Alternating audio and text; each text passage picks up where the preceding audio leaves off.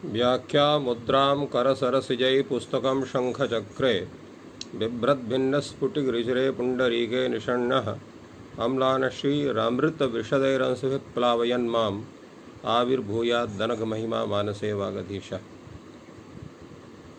संस्कृत शौर्यम इस समूह से संबद्ध सभी विद्वद्गण, सभी संस्कृत प्रेमीजन, सभी शास्त्र जिज्ञासुगण एवं संस्कृत शौर्यम के संस्थापक एवं प्रबंधकगण, आप सभी को प्रणाम करते हुए, साधुवाद करते हुए आज के इस ज्ञान सत्र का प्रारंभ कर रहे हैं। अभी आपने कल हलंत स्त्रीलिंग प्रकरण को समझा, पढ़ा उसको। आज हलंत नपुंसक लिंग प्रकरण पर चर्चा होनी है, किंतु एक चर्चा स्त्रीलिंग में भी करना आवश्यक है, जिसकी कल चर्चा नहीं हुई थी, उसको हम लोग चर्चा करेंगे। और वो शब्द हैं, ऐसे शब्द जो पहले हलंत होते हैं और बाद में अजंत बन जाते हैं। ऐसे प्रायः सर्वनाम शब्द हैं, जैसे किम शब्द है। किम शब्द की आप प्रातिपदिक संज्ञा करते हैं, स्त्रीत्व की विवक्षा ही है। और किमाह कह से जब क आदेश हो जाता है तो कसु इस अवस्था में स्त्रीत्व की विवक्षा रहने से अजात दृष्टाप से टाप टकार पकार की संज्ञा और सवर्ण दीर्घ होकर के का ऐसा रूप बनता है, तो कासु में उकार की संज्ञा होने से सा कहलियाद में का रूप बनता है। प्रश्न ये उठता है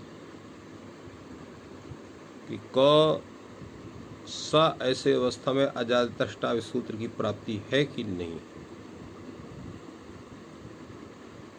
क्योंकि विभक्ति परे हुए तो एक विभक्ति के परे रहते क्या अजादितष्टाव सूत्र लग सकता है? ये प्रश्न हो सकता है। इस प्रश्न का समाधान यह है कि अजादितष्टाव सूत्र केवल एक चीज की मांग करता है, और वो है स्त्रीत्वे द्योत्य। स्त्रीत्व अगर द्योत्य है उस शब्द से, तो वहाँ स्त्री प्रत्यय की प्राप्ति हो सकती है। चाहे क्यों विभक्ति परे भी हो सकती है, क्या अवश्य हो सकती है। क्यों हो सकती है? क्योंकि ये सूत्र जो है स्त्रीत्व द्वैत्य के अतिरिक्त किसी अन्य की अपेक्षा नहीं करता, इसलिए यहाँ पर टाप हो जाएगा।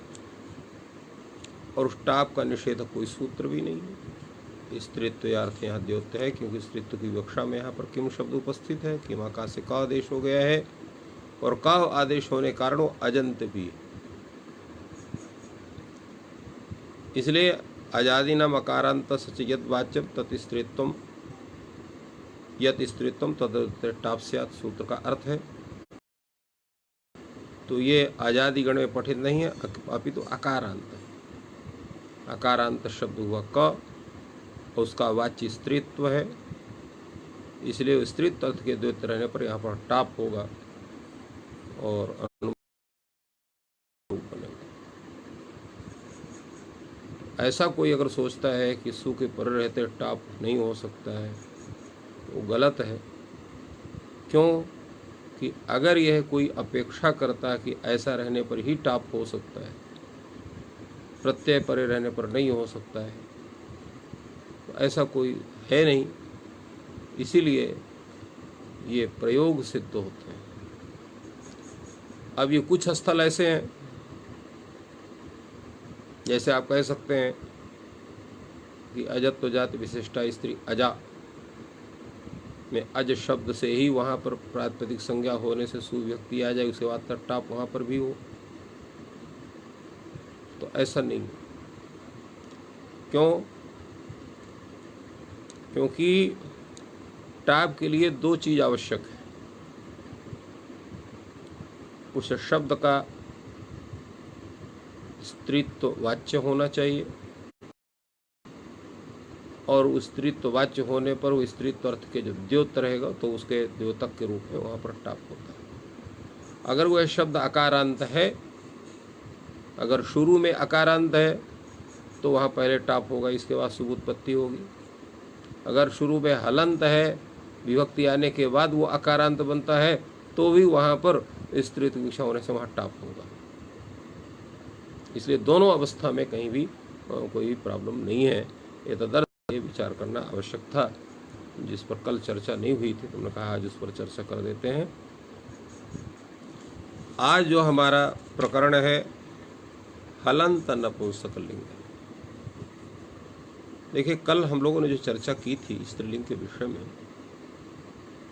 स्त्रीलिंग के विषय में यद्यपि स्त्री विरोधक कोई प्रत्यय तो नहीं है, परंतु स्त्री अर्थ की जो प्राप्ति हमें हो रही वो दो तरह से हो रही थी। एक प्रत्यय के कारण, अर्थात स्त्रियां मिक्तिन के क्षेत्र में संपदादिभ्य किप ये सूत्र है, वार्तिक है, तो उसके अंतर्गत जिससे क्योंकि प्रत्यय हुआ है वो वह सब स्त्रीत्व माने गए।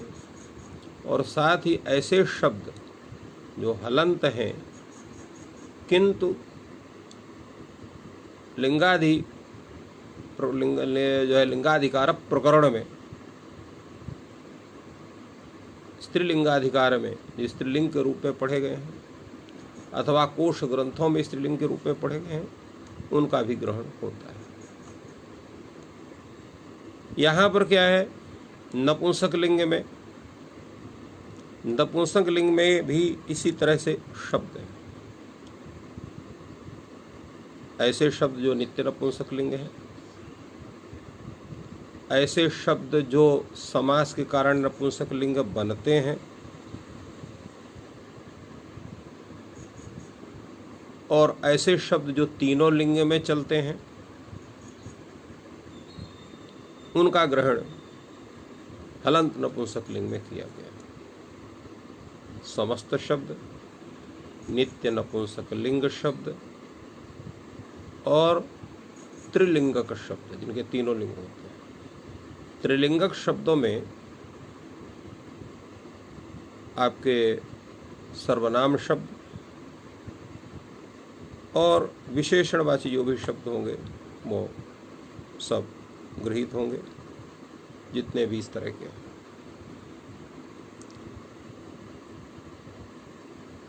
और हम आज जिन विषयों की चर्चा होनी है, जिन शब्दों की, तो हकारांत तो पहले शब्द रहेगा, हकारांत के बाद रकारांत शब्द है, मकारांत शब्द है, दकारांत शब्द है और नकारांत शब्द। इसके बाद जो है आपका जकारांत शब्द और फिर तकारांत और चकारांत। इस तरह से शब्दों का कथन है। और इसी तरह से अंत में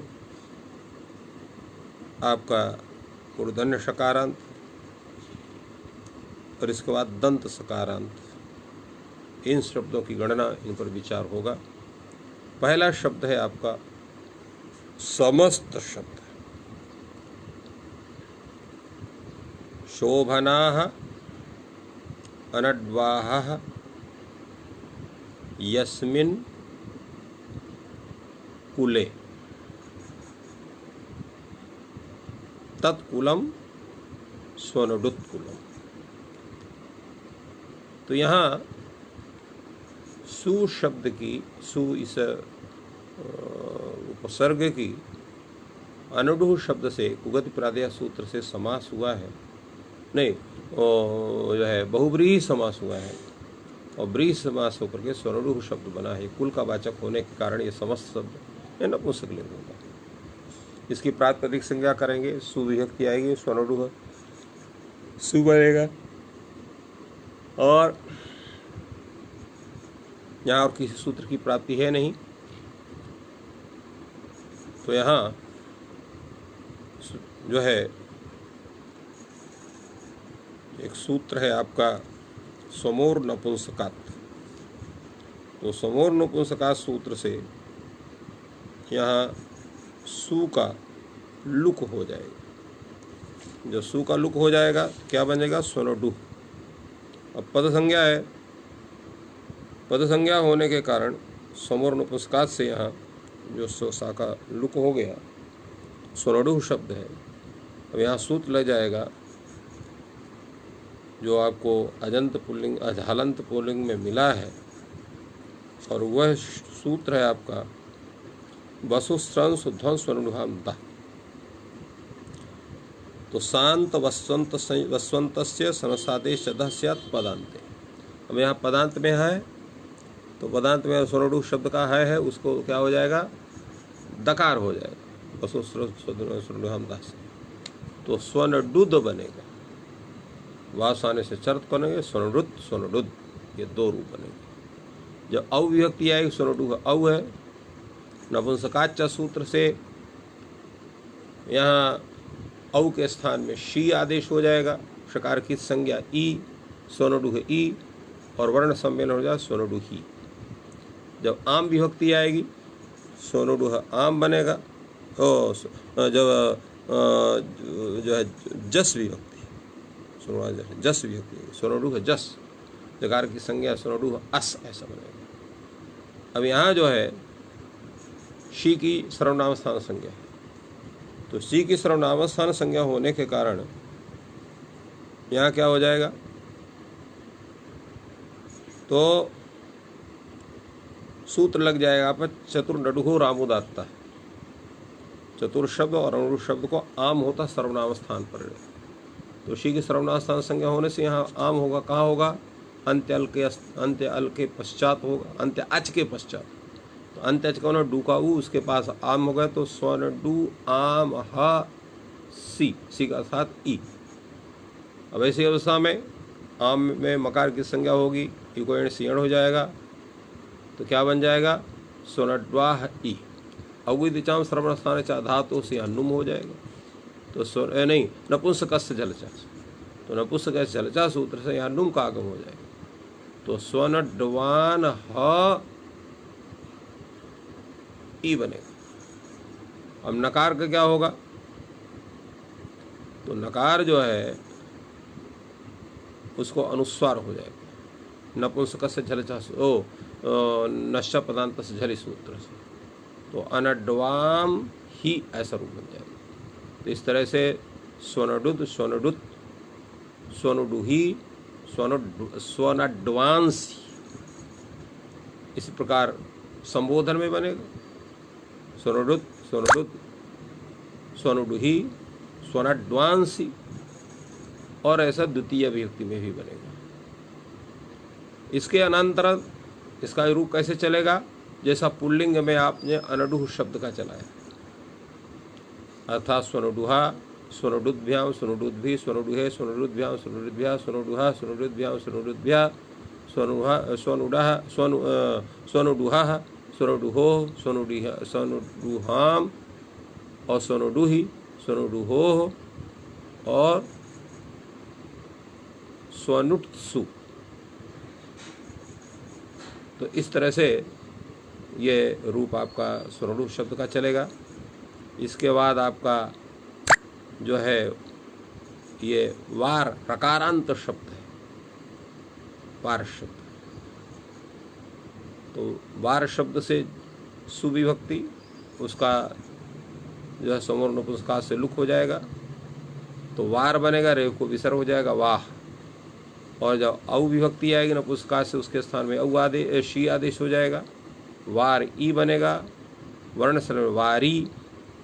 और जब जस होगा, जस हो शी हो शकार की संज्ञा ई, वार ई, वर्ण सम्मेलन होगा वारी। तो वाह वारी वारी, वाह वारी वारी, और वारा वारभ्याम वारभी, वारे वारभ्याम वारभ्या, वारह वारभ्याम वारभ्या, वारह वारोह वाराम, वारी वारोह, वासु, वारसु नहीं, यानी वारसु बनेगा। क्योंकि वहाँ पर ये रेफ जो है रू का विसर्ग है तो रो से निषेध है, तो वार सु ऐसा बनेगा। तो इस तरह से वारी शब्द का रूप है। इसके बाद किम शब्द, अंतर शब्द। किम शब्द की ऐसी व्यक्ति लाएंगे, किसी सूत्र की प्राप्ति है नहीं यहाँ, फलतः यहाँ स्वर्णपुंस का सूत्र से सु का लुक हो गया। लुक होना है इसलिए प्रत्यय लोप प्रत्यय लक्षण लग नहीं सकता, आता है यहाँ पर जो है किमाह से क आदेश नहीं होगा, क्योंकि किमाह स्यात् विभक्तो विभक्ति पर विभक्ति का लुक हो गया इसलिए नहीं होगा। किंतु जब अविभक्ति आएगी और तो किम औ बनेगा। नपुंसकवाच्य सूत्र से यहाँ पर औ के स्थान में शी आदेश हो जाएगा, शकार की संज्ञा ई, किम ई बनेगा।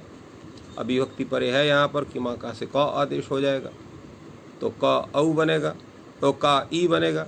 आदगुणा से गुण कर देंगे तो के हो जाएगा। किम शब्द से जैसा शी आदेश, शकार की संज्ञा ई, सी सर्वनाम संज्ञा हो गई।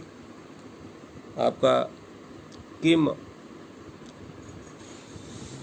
ई ऐसा रहा, किमा कहा से क आदेश हो गया। नपुंसकर झलचा से यहाँ पर नुम होगा तो कन ई बनेगा। और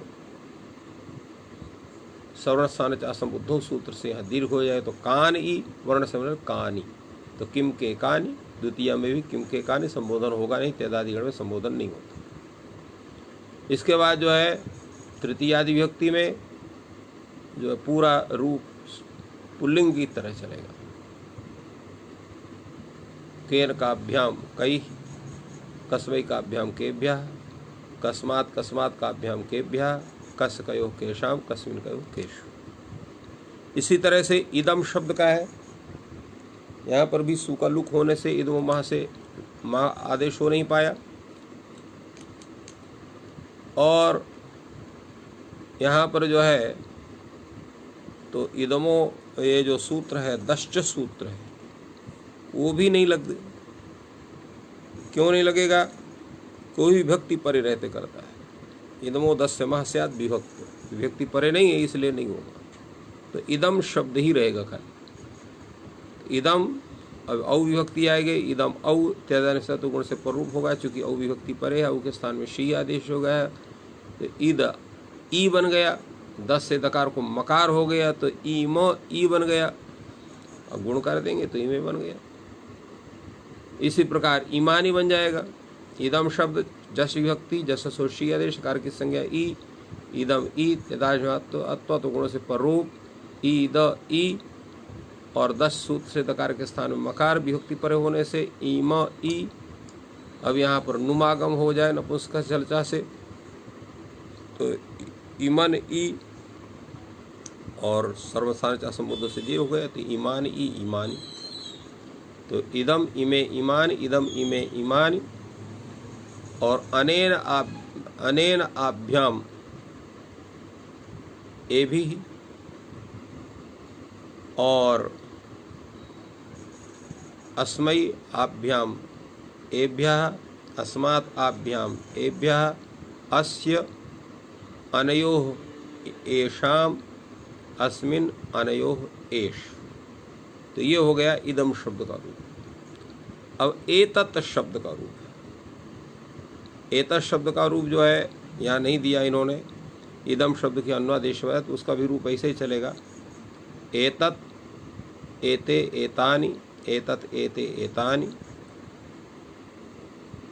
एतेन एताभ्याम एतैः, एतस्मै एताभ्याम एतेभ्यः, एतस्मात् एतस्माद् एताभ्याम एतेभ्यः, एतस्य एतयोः एतेषाम, एतस्मिन् एतयोः एतेषु। अब यहाँ कहता अन्वादेश नपुंसके वा एनद वक्तव्य। तो इदम शब्द और एनत एतत् शब्द के स्थान में अन्वादेश होने पर नपुंसक लिंग में विकल्प से एनत आदेश होगा।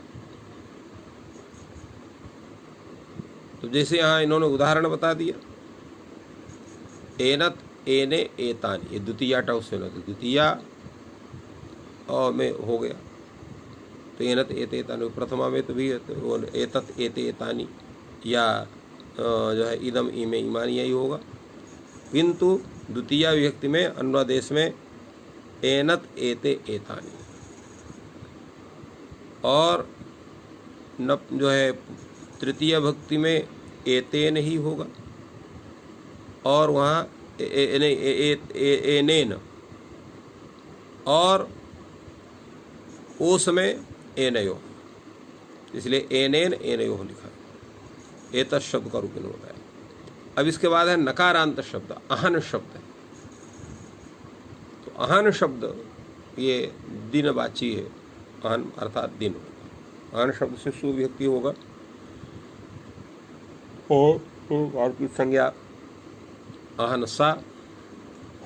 और एक सूत्र आप लोगों ने पढ़ा है, कहाँ? तो विसर्ग संधि में पढ़ा है। वो सूत्र है आपका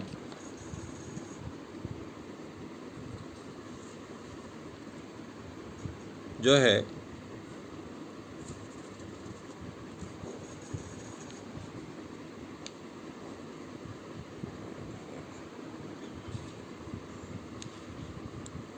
तो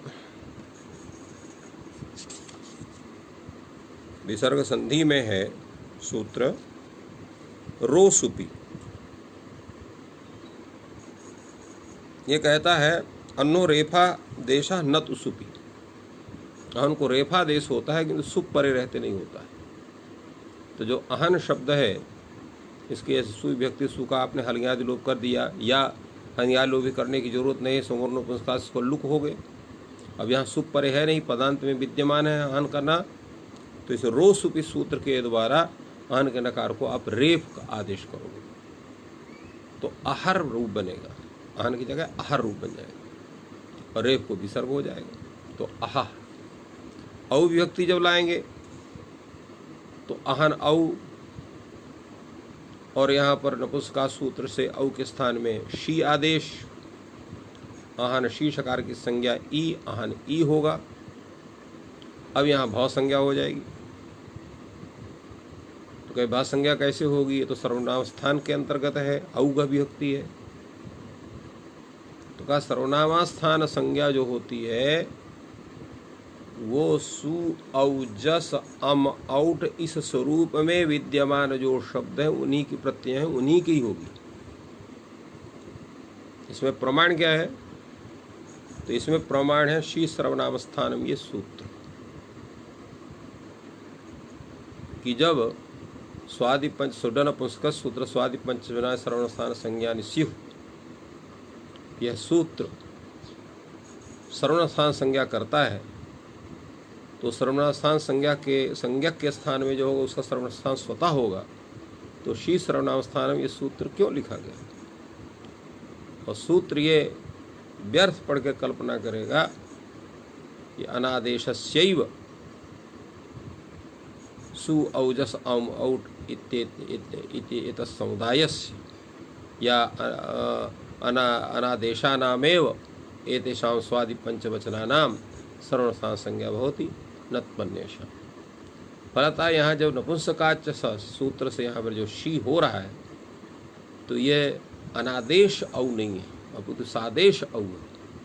इस कारण से कि सर्वनाम संज्ञा नहीं है। जब नहीं है तो सर्वनाम भिन्न आजाद यकार आदि प्रत्यय ई हो गया, उसके पर रहते यहाँ पर भ संज्ञा हो जाएगी। भ संज्ञा होने पर सूत्र लग जाएगी विभाषाग्निश्यो। तो विभाषाग्निश्यो सूत्र से तो अंगावय सर्वस्थान भी यहाँ बहुत संज्ञक जो है नान्त पद कौन है? अहन है। उसका आकार कौन है? उसका अवयव हुआ अ, ह का अ, उसका लोप हो जाएगा। शी परे है, यहाँ पर विकल्प से लोप होगा। तो जब लोप हो जाएगा तो अन्य ई वर्ण सम्मेलन कहते अन्ही, और जब नहीं होगा लोप चूंकि विकल्प से होता है तो अहनी। ये दो रूप बने, अन्ही अहनी। और बहुवचन जस आएगा, जस सो शी अहन ई, और सर्वस्थान चासम दो सूत्र से दीर्घ हो गया उबधा को तो अहानी। तो हे अहा, हे अन्ही अहनी, हे अहानी। और द्वितीया में अहा, अन्ही, आहनी, अहानी, ये रूप बनेगा। तृतीय विभक्ति में आहन आ है, आहनटा में आ, और लोप होना सूत्र से अन के आकार का लोप हो जाए तो अन्ना, व्याम आएगा, भीस आएगा तो आहन व्याम आहन भीस है, सूत्र लग जाएगा अहन, सूत्र ही अहन है। ये कहता है अहन इत्यस्य रूह पदांत, तो यह स्वादु सर्वनाम से पद संज्ञा है, अहन के नकार को यहाँ पर रूह हो गया, उकार की संज्ञा अहन रा, और यहाँ पर सूत्र लग जाएगा हश्चा, तो हश्चा से यहाँ क्या हो जाएगा, ऊ हो जाएगा, और आद गुणा से गुण हो जाएगा, तो अहोभ्याम अहोभि, अन्ने अहोभ्याम अहोभ्या, अन्ना अहोभ्याम अहोभ्या, अन्ना अन्नो अन्नाम, और सप्तमी में अन्नी अहानी, क्योंकि विभाषक निश्चय से यहाँ पे अन्न के आकार का लोप होगा, विकल्प से होगा, तो जब लोप होगा तो अन्नी, और नहीं होगा तो अहानी, अनोह और अहस्सु, तो यहाँ पर अहन सूत्र से नकार को रू होगा, उकार की संज्ञा, और एक को विसर्ग हो जाएगा, तो अहस्सु ऐसा रूप बनेगा। तो इस तरह से ये रूप सिद्ध होते हैं। इसके अनंतर आपका दूसरा नकारांत शब्द है दंडिन शब्द।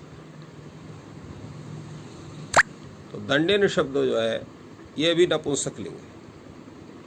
दंडः अस्ति यस्मिन् कुले तत्कुलम दंडिन, अतिंठनों से इन्हीं प्रत्यय हुआ है, दंडिन शब्द बना है। सुविभक्ति दंडिन शब्द से सुविभक्ति नपुंसक लोग सौर नपुंसकात से सु का लोप हो जाएगा, दंडिन खाली बचेगा, और नकार का लोप प्रातिपदिकांत से लोप कर देंगे तो दंडी। अविभक्ति है नपुंसकात से औ शी आदेश दंडिनी, बहुवचन में जस, जस के स्थान में शी आदेश, और सर्वनास्थान संज्ञा, सर्वस्थान मुद्ध सुविधा को दीर्घ दंडीनी, तो दंडी दंडिनी दंडीनी, संबोधन में दंडी दंडिनी दंडीनी, द्वितीया में दंडी दंडिनी दंडीनी, और सीध इसके बाद पुल्लिंग के साथ दंडिना दंडिभ्याम दंडिभी दंडिने दंडिभ्याम दंडिभ्या दंडिना दंडिभ्याम दंडिभ्या दंडिना दंडिनो दंडिनाम दंडिनी दंडिनो दंडिषु। तो इस तरह से दंडिन शब्द का रूप है। अब यह है सुपथिन शब्द का रूप। तो सुपथिन शब्द में इसको भी हम समस्त करेंगे, सुपथिन शब्द को भी। तो शोभनाः पंथानः यस्मिन् नगरे तत् सुपथि नगरम। तो यहाँ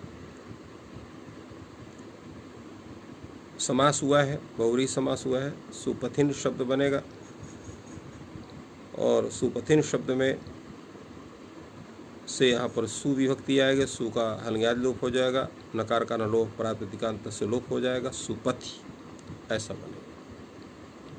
किंतु जब अविभक्ति आएगी नपुंसकाच से शी भाव हो जाएगा, भव संज्ञा हो जाएगी, सुपथिन ई बनेगा, और भा संज्ञा होने के कारण यहाँ पर भस्य टेर लोपा सूत्र से इन इतने अंश का टी लोप हो जाएगा, तो सुपथ ई वर्ण सम्मेलन में सुपथी ऐसा रूप बनेगा। जब बहुवचन आएगा जस में जस से शी हो जाएगी, इसकी सर्वनास्थान संज्ञा है, फलतः यहाँ पर भव संज्ञा होगी नहीं।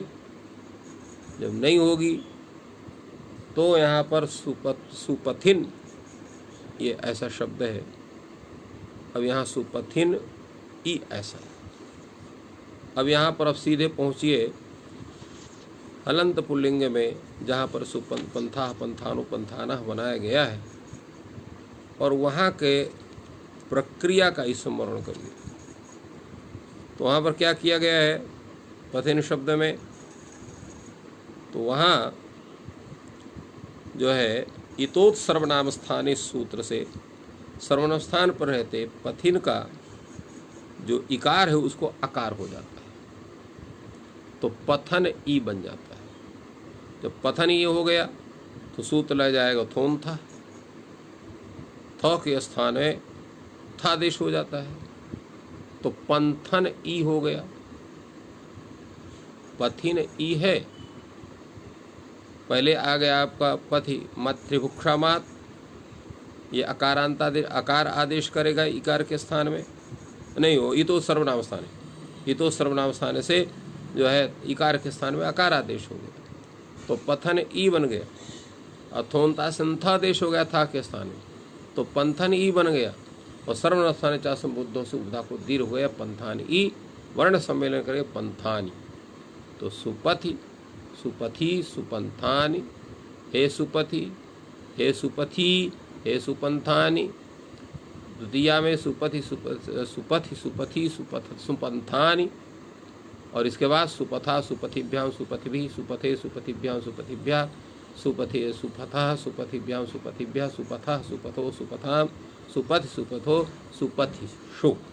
इस तरह से ये पथिन शब्द का रूप आपका चलेगा।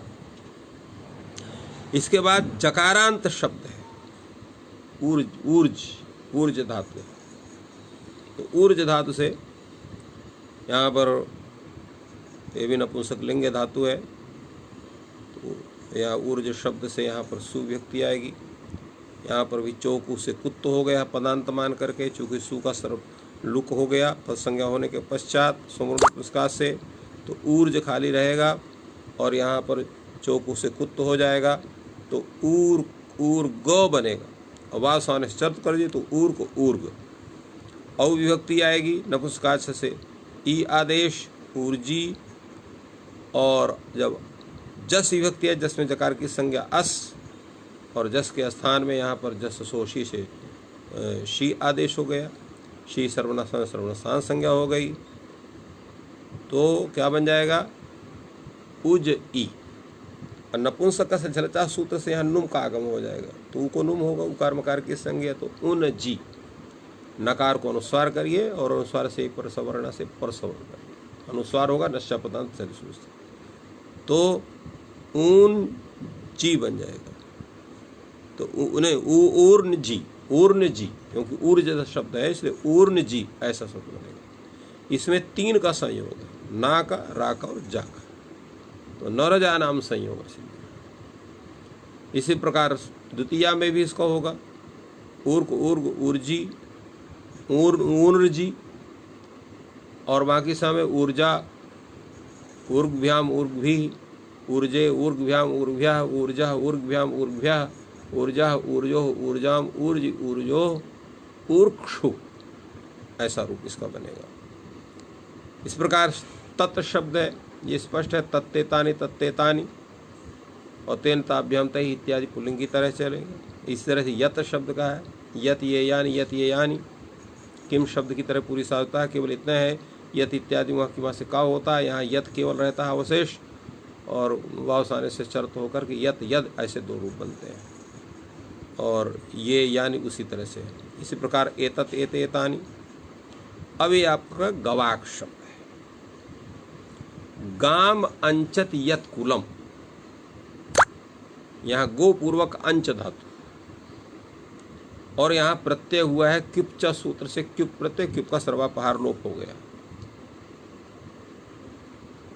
और यहाँ जो अंच का यहाँ का ना है, तो उसका जो है अनिता हलुबधा किंगित सूत्र से उसका लोप हो जाता है, तो गो अच इतना ही रहता है। गो अच इस अवस्था में यहाँ पर तीन कार्य प्राप्त होंगे। यहाँ दिखाया एक ही गया है, सिद्धांत कौमुदी में इसके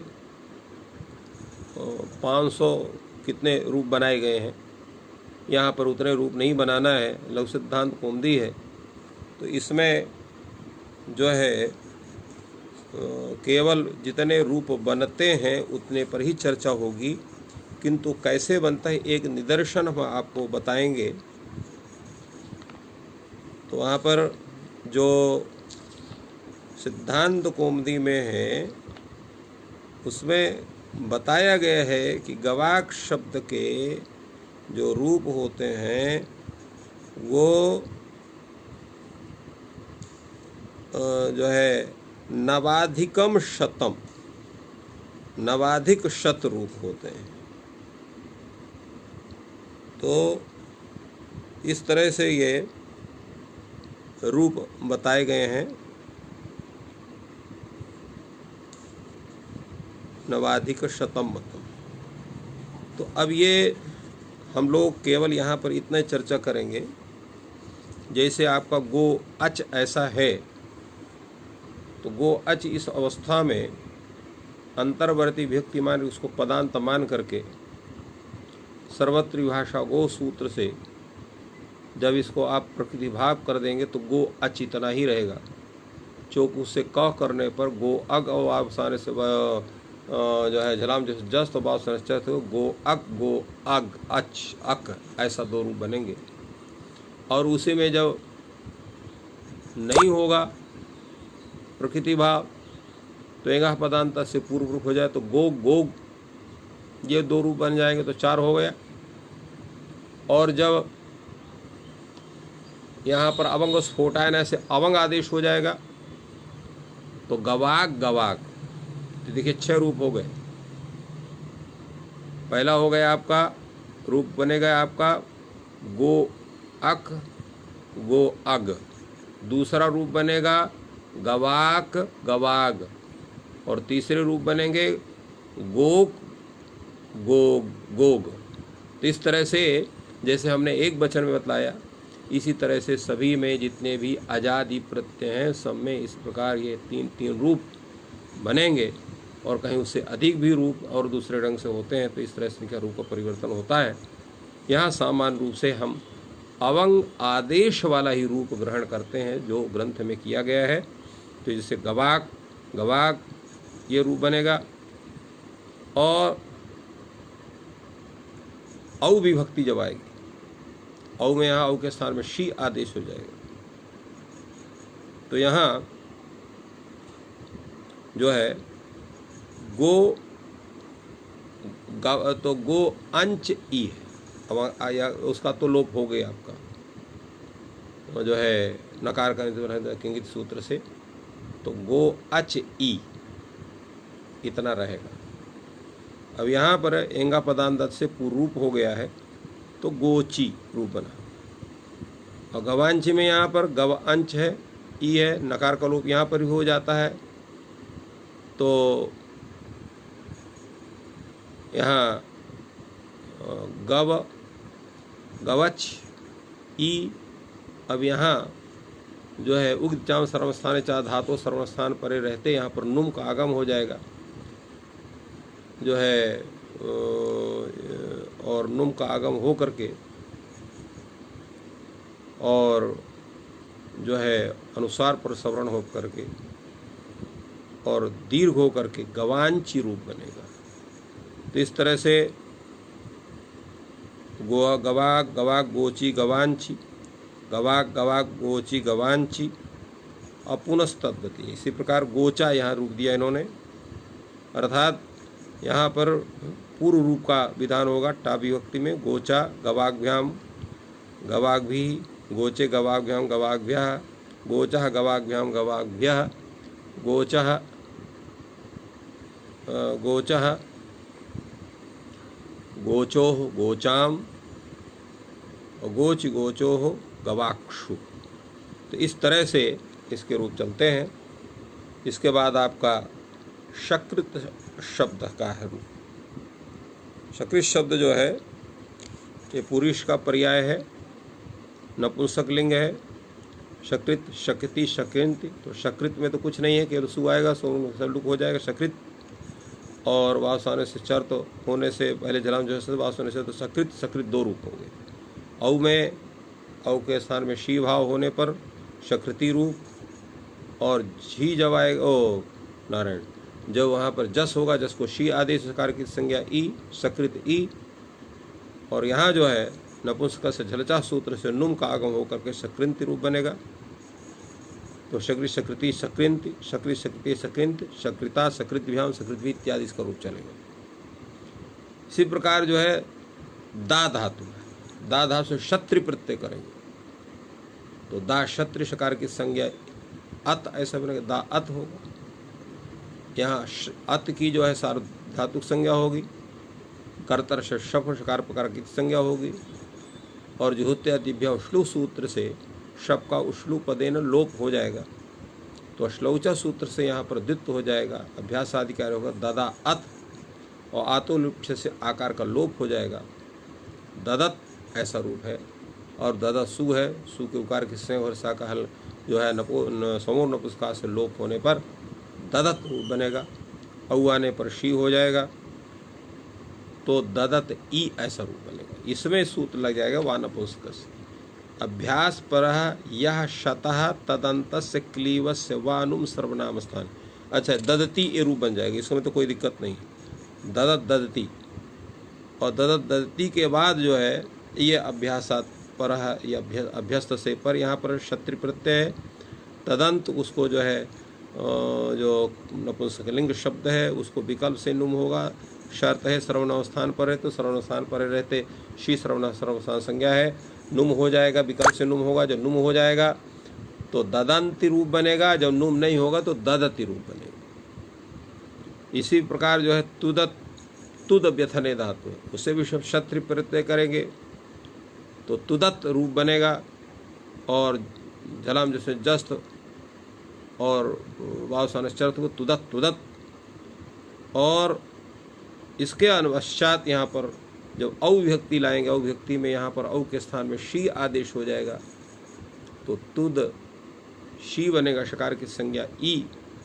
ऐसी अवस्था में सूत्र लग जाएगा आची नद्योर्नुम। अवर्णन्तात् अंगात् परः यह शतुः अवयवः तदन्तस्य नुम वा शी नद्योः। ये कहता है कि अवर्णांत अंग से पर जो क्षत्रि प्रत्यय, तो क्षत्रि प्रत्यय का जो अवयव, शतुर अवयव, क्षत्रि प्रत्यय से यह अवयव, तदंतः यह शब्द, तस्य नुम वा स्यात् शी नद्यो। तो शी पर रहते और नदी पर रहते। नदी का मतलब होता है ङीम ङीस गीन, इनके पर रहते, और शी मतलब यह नपुंसकाच सूत्र से विहित जो शी है उसके पर रहते, तो नुम हो गए। यहाँ पर अंत्य से पर नुम होगा। अंत्यज कौन है? तो तुदत में दा का आ है, उससे नुम हो गए। तो उकार मकार की संज्ञा अनुस्वार पर सवर्ण तुदंत ई, वर्ण सम्मेलन करे तुदंती, और जब नुम नहीं होगा तो तुदती। बहुवचन में यहाँ पर शी है, शी सर्वनाम संज्ञा होने से यहाँ पर भी नपुंसकस्य झलचा सूत्र से यहाँ पर नुम होगा, तो तुदंत ई वर्ण सम्मेलन तुदंती बनेगा। तो इस तरह से ये तुदत तुदती तुदंत, तुदत तुदती तुदंत ये रूप बनते हैं। प्रायः इसी तरह से जितने भी शब्द हैं, विशेष करके जहाँ पर जो है अवर्णांत अंग से पर, जहाँ पर क्षत्रि प्रत्यय, अवर्णांताद अंगात परा यह क्षत्रि प्रत्यय, तद अवयव सतुः अवयव तदंतस्य नुम विकल्प। तो अवर्णांत जो शब्द होते हैं, अवर्णांत शब्द वो होंगे जहाँ पर श प्रत्यय हुआ है, या शप प्रत्यय हुआ है, या शन प्रत्यय हुआ है। तो इस तरह से ये आच्छिर नद्यो नुम, ये शप प्रत्ययांत, श प्रत्ययांत, प्रत्ययांत, शन प्रत्ययांत जो शब्द हैं उनको गृहीत करता है। किंतु शप और शन के लिए दूसरा सूत्र है, तो केवल ये श प्रत्ययांत के लिए ही उपस्थित है। श विकरणक, श प्रत्ययांत न करके श विकरणक जो शब्द है। तो यहाँ पर तुदादिभ्य स से श हुआ, जैसे तुद धातु है से क्षत्रि प्रत्यय करें, लट लकार के लटा सत्रिवान सत्रिसाना चाप प्रथमा समान करने सूत्र से क्षत्रि प्रत्यय करेंगे। शकार की और रिकार की संज्ञा अत इतना बचता है। तुद अत, अत की इसकी सार्वधातुक संज्ञा करेंगे। तुदादिभ्य श करें, शकार पकार, शकार की संज्ञा करेंगे। तुद अत, और अतो गुण से पर रूप होकर तुदत रूप बनता है। तो इस तुदत में जो है ये क्या है, जो क्षत्रि प्रत्यय तुद अत है, तो ये अकारांत से पर है, अवर्णांत से पर है, इसलिए इसको नुम होता है। शी पर रहते और नदी पर रहते आच्छिति और नुम और विकल्प से होता है। इसलिए तुदत तुदती तुदत तुदती तुदंती तुदंती ऐसा रूप बनता है इसका। अब अगला शब्द है जिसके पहले इसमें इन्होंने सीधे सूत्र को उपस्थापित किया प्रयोग की अपेक्षा, शप शनोर नित्यम। ये कहता है कि शप स्यनः आत्परः यह शतुरवयवः तदन्तस्य नित्यम नुम शीलद्यो। ये कहता है शप और स्यन के आकार से पर जो शत्रु प्रत्यय का अवयव उस तदंत को नित्य नुम होता है।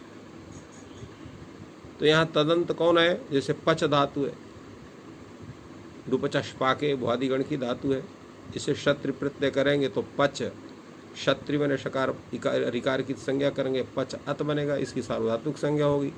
करतर शब्द से शप प्रत्यय हो जाएगा तो पच शप अत। अब शप में शकार पकार की संज्ञा होगी तो पच अ अत, और तो गुण से परव कर देंगे तो पचत रव होगा। अब इससे जो है जो सुविभक्ति जो हलज्ञान लोग हो तो पचत पचत ये दो रूप होने जैसे तुदत तुद इत्यादि होते हैं। किंतु जब अविभक्ति लाएंगे और वहाँ अच्छी नद्यों और नुम से यहाँ विकल्प से नुमागम प्राप्त होगा, उसको बाध करके शब्द नित्यम से नित्य नुमागम होता है। तो पचन पच नुम ता ई, उकार मकार की संज्ञा ना को अनुसार पर सवर्ण पचंत ई, वर्ण सम्मेलन करेंगे पचंती, और बहुवचन में पचंती, वहाँ पर नुम इससे नहीं होगा, वहाँ नुम करने वाला सूत्र आकर पुष्कर से झलचा है तो पचत पचती पचंती। इसी प्रकार दिव्यत में यहाँ पर शन प्रत्यय होने से दिव्यत दिव्यति दिव्यंती दिव्यंती ये रूप आपके बनेंगे। तो ये रूप आपके सब हो गए आपके तकारांत शब्द हो गए। अब इसके अनंतर मूर्धन्य शकारांत शब्द आपके सामने उपस्थित होता है धनुष शब्द। तो यहाँ पर धनुष शब्द है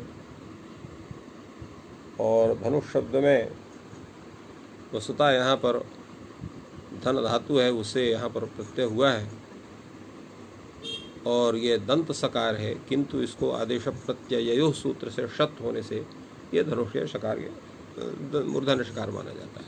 तो धनुष शब्द है, इसकी भी प्रातिपदिक संज्ञा करेंगे, नपुंसकलिंग हो सुव्यक्ति आएगा, स्वरूपस्कार स्वलुक हो जाएगा। पद संज्ञा होने के पश्चात धनुष शब्द खाली उपस्थित है और यहाँ जो है सज सूर्य से जब रू की प्राप्ति हो गई तो वहाँ पर जो मूर्धन्य शकार है मूर्धन्य आदेश है वह सिद्ध हो जाएगा, उसका सिद्ध होने से रू हो जाएगा, उकार की संज्ञा होकर के रेप को विसर्ग हो जाएगा, धनु बनेगा। और जब जस अविभक्ति आएगी नपुंसक से शी आदेश हो जाए, शकार की संज्ञा ई, धनुष ई और वर्ण सम्मेल के धनुषी हो जाएगी।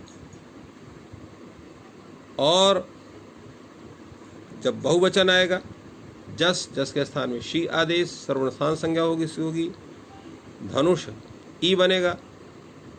अब यहाँ पर नुम हो जाएगा नपुंसक झलचा सूत्र से जलंत मान करके, तो धनु नुम श ई, उकार मकार की से धनुन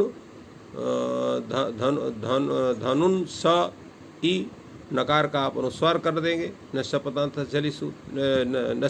से जली सूत्र से, तो वहाँ पर क्या हो जाएगा आपका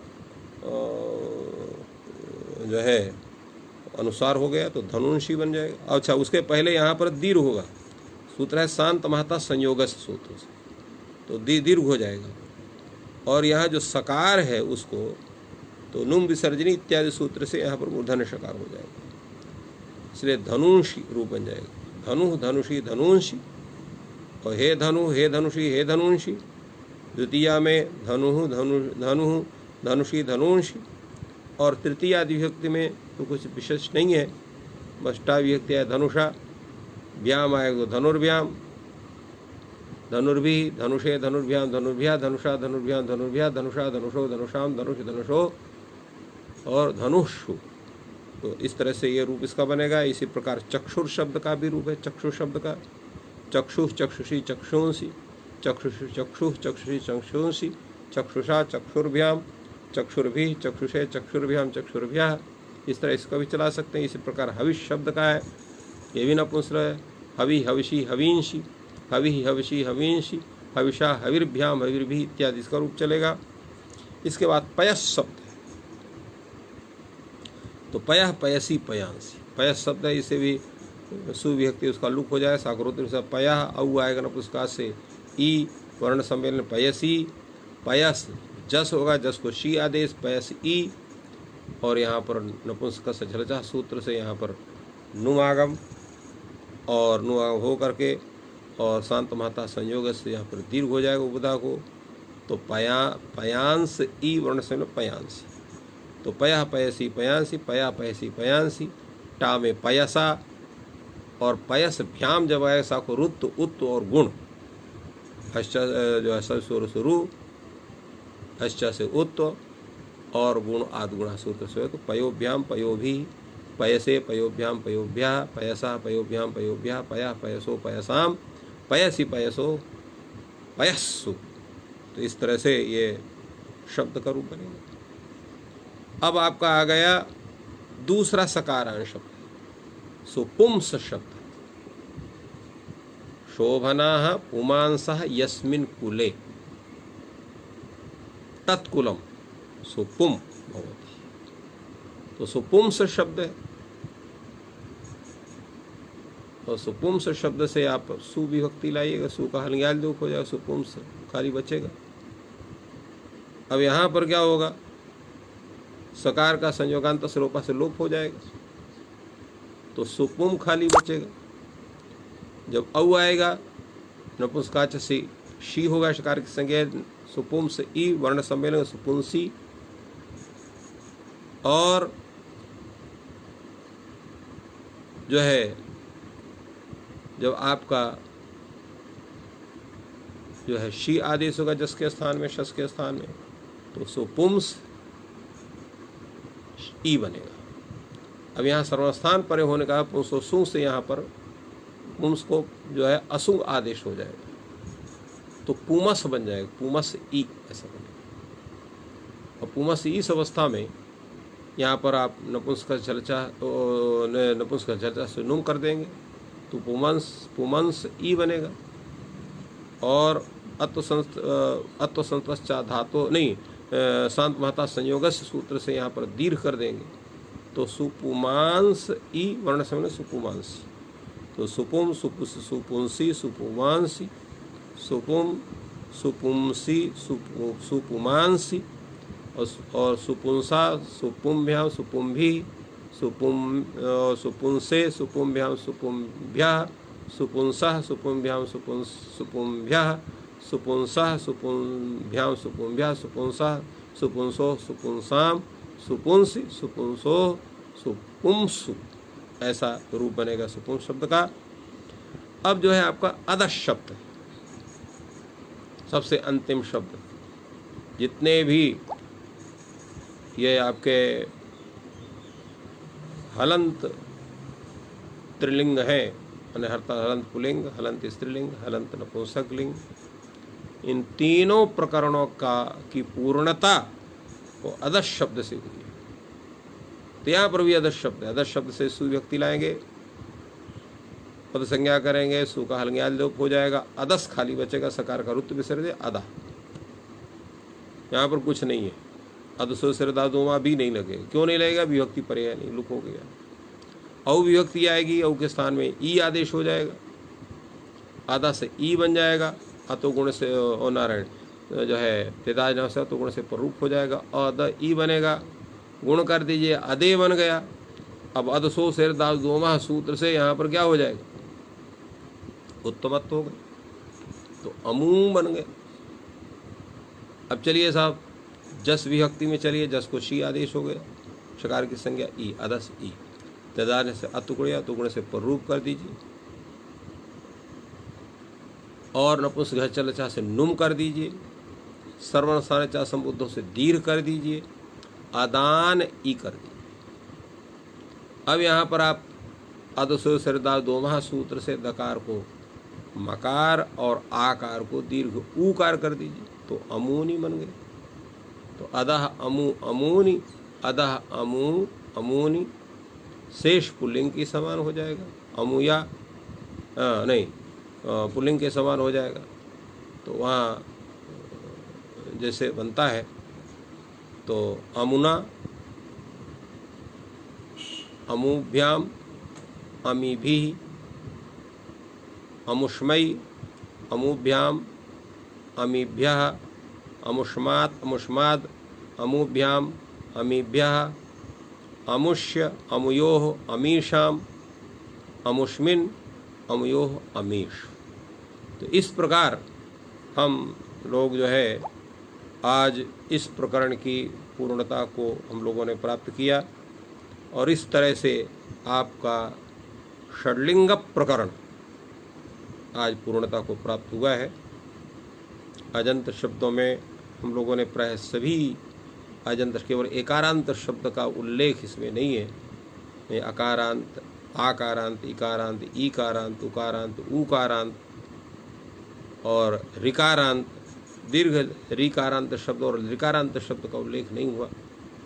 एकारांत शब्द को परंतु और ऐकारांत शब्द का उल्लेख हुआ, ओकारांत शब्द का उल्लेख हुआ है, औकारांत शब्द का उल्लेख हुआ है।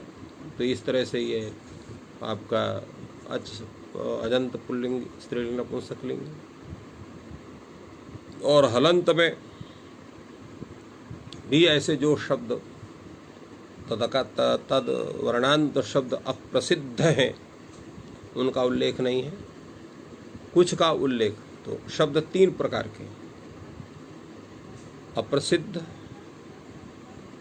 अल्प प्रसिद्ध और प्रसिद्ध।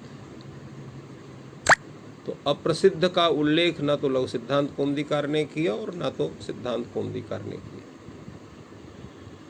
और अल्प प्रसिद्ध शब्द जो है उनका लघु सिद्धांत कौमुदीकार ने नहीं किया, किंतु सिद्धांत कौमुदीकार ने कुछ का उल्लेख किया। और प्रसिद्ध शब्द का दोनों उल्लेख करते हैं, सिद्धांत कौमुदीकार भी करते हैं, लघु सिद्धांत कौमुदीकार करते हैं। और उसमें लघु सिद्धांत कौमुदीकार केवल प्रसिद्ध शब्दों का ही उल्लेख करते हैं। अल्प प्रसिद्ध या अप्रसिद्ध का उसकी चर्चा तक नहीं करते हैं। क्यों नहीं करते हैं? क्योंकि जो लघु सिद्धांत कौमुदी है तो ये व्याकरण शास्त्र में प्रवेश करने के लिए, बाकी जो सिद्धांत कौमुदी है प्रविष्ट का प्रौढ़ता प्रदान करने के लिए, इसलिए पाणिनीय प्रवेशाय लघु सिद्धांत कौमुदी कहा गया है। तो इसमें केवल प्रवेश से संबंधी जो क्रिया है, जो चर्चा है, उस पर विचार हुआ है। कल हम लोग अव्यय प्रकरण पर चर्चा करेंगे। अव्यय किसे कहते हैं, अव्यय के कितने प्रकार होते हैं, अव्ययों के रूप चलते हैं कि नहीं चलते हैं, ही क्यों कहा जाता है, और इन अव्ययों का कहाँ कहाँ से इनको हम प्राप्त कर सकते हैं और इनके क्या अर्थ होते हैं। इनके अर्थ ये वाच्यार्थ हैं कि द्योत्यार्थ हैं या दोनों हैं, इन पर पूरी चर्चा हम लोग कल करेंगे और उस पर हम लोग अच्छे ढंग से विचार होगा। इन्हीं शब्दों के साथ आज के इस सत्र का की यहीं पर पूर्णता हो रही है। आप सबको बहुत बहुत धन्यवाद। जय तु संस्कृतम, जय तु भारत।